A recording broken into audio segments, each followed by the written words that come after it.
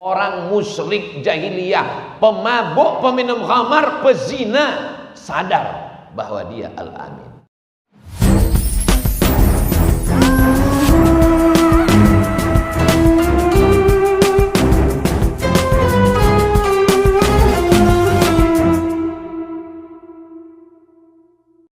Awal hidup jangan khawatir, ada orang yang membisikkan. Akhir hidup jangan khawatir, ada yang membisikkan. Yang dicemaskan ini ketika berada di tengah lautan, kakinya tidak menginjak bumi, tangannya tidak berpegang ke langit, terombang-ambing, dipukul ombak, dihempas gelombang, karangnya tajam, anginnya puting beliung.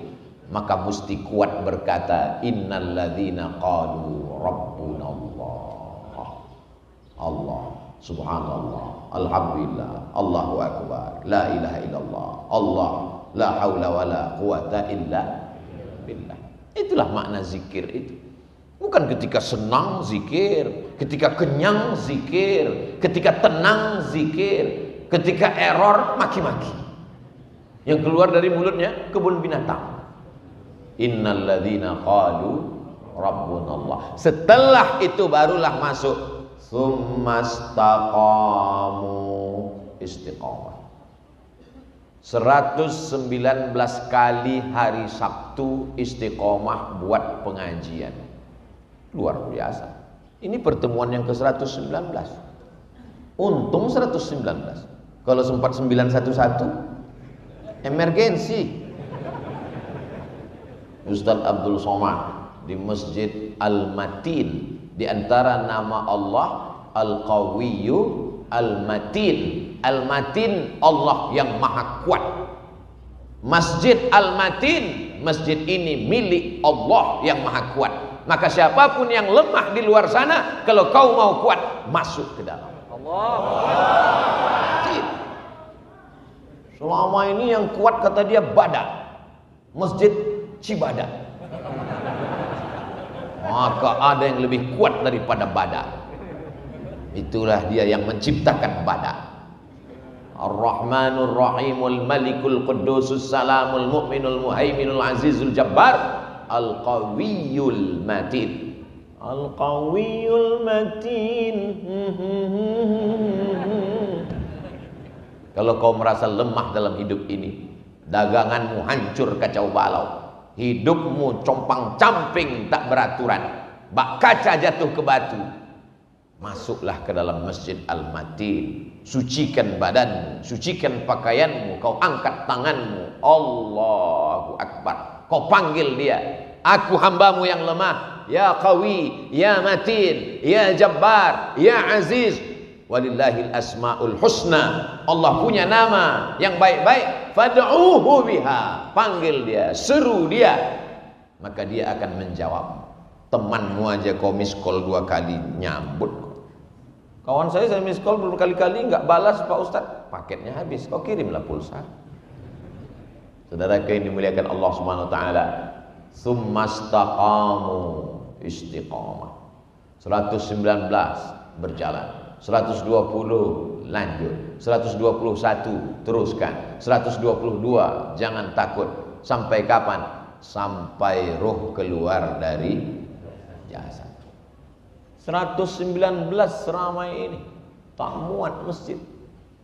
Yang berdiri di sana sabar, kalian masuk surga dalam keadaan duduk insyaallah. Yang duduk ini ya duduk lagi di surga. Enggak adil Allah tuh Pak Ustaz. Masa kami di surga duduk waktu di dunia berdiri, mereka yang udah duduk duduk lagi. Orang beriman itu tidak pernah ada hasad dalam hatinya. Orang beriman itu sudah dicabut, wa naza'na ma fi sudurihim min ghillin. Ghill. Makanya di antara doa kita, la taj'al fi qulubina ghillan. Jangan jadikan dalam hati kami ada ghil, ada hasad, ada dengki, ada busuk hati, karahatun ni'mah 'alal mun'ami 'alaih. Tak senang orang lain dapat nikmat. Tetangganya punya mobil baru, demam. Punya rumah baru, stres. Punya istri baru, mati. Summastaqamu istiqamah. Saat senang salat, saat susah salat, saat lapang baca Quran, saat sempit baca Quran. Ini kadang orang tidak adil kepada Allah. Ketika sedang susah ke masjid 7 kali, subuh, zuhur, asar, maghrib, isya, tahajud, witir, nggak pulang-pulang di masjid terus. Rupanya tukang kredit nunggu di rumah. Begitu rezeki lancar, agak senang dikit aja, udah nggak ke masjid lagi. Assalamualaikum warahmatullahi wabarakatuh. Siapa kemarin kemana? Biasa, rezeki sedang lancar. Nanti dicabut Allah. La in syakartum. Jangan sampai dicabut Allah baru sadar. Begitu Allah Subhanahu wa taala mempermainkan perasaan manusia, sedang nabi-nabi aja ada masa susahnya. Nabi Muhammad sallallahu alaihi wasallam, anak muda, ganteng, bisnismen, berdagang, liila fi Quraisy, perjalanan orang-orang Quraisy bisnismen, ila fihim rihlatasy syita was-shaib. Syita musim dingin ke Yaman, shaib musim panas ke negeri Syam. Yaman, Saudi Arabia, Syam, 4 negara. Yaman, Saudi Arabia, Suriah, Lebanon, Palestina, Yordania. Nabi Muhammad bisnismen 6 negara. Kau sangka dia jual tiwul? Yang jual tiwul jangan tersinggung. Takutnya nanti dilaporkan ke Mabes Polri oleh Asosiasi Penjual Tiwul tersinggung. Nabi itu bisnismen. Apakah ada orang Mekah itu yang benci kepada dia? Tidak ada. Orang musyrik jahiliyah memanggil dia Al-Amin. Al-Amin itu bukan gelar diberikan Allah dalam Al-Quran. Al-Amin itu bukan gelar dari Allah ketika dia sudah jadi Nabi. Orang musyrik jahiliyah, pemabuk, peminum khamar, pezina, sadar bahwa dia Al-Amin. Jadi kalau ada hari ini orang ngejek Nabi Muhammad, kau lebih parah daripada musyrik jahiliyah lagi. Orang jahiliyah memanggil dia Al-Amin, orang paling jujur dan amanah. Menikah dengan Khadijah, kaya, punya anak, punya keluarga, hidupnya tenang. Kapan dia baru dibenci? Ketika dia turun dari Jabal, ragu nih Sur apa Nur?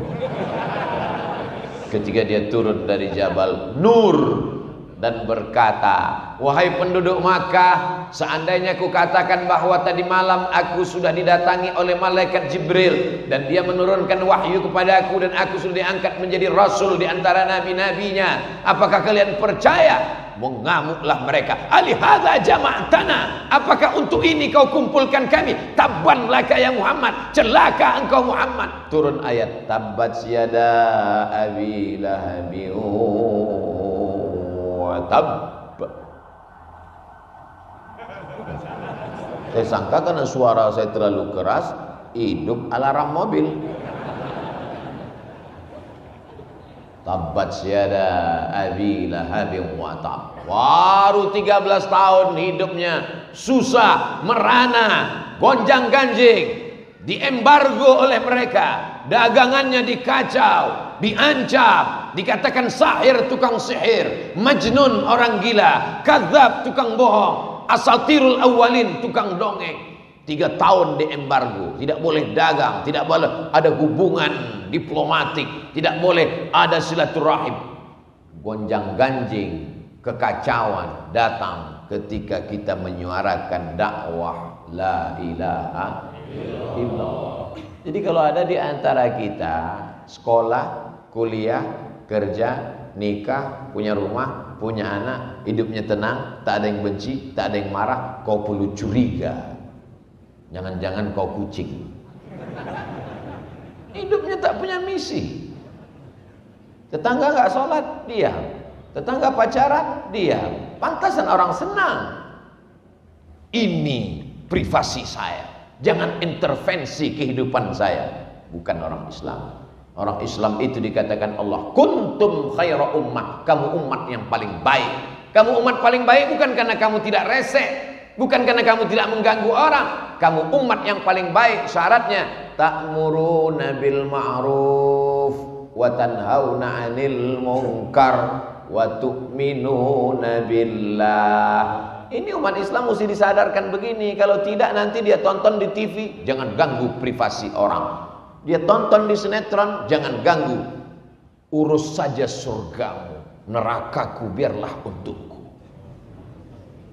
Ditulis di baju kaos, dibawa sholat Jumat.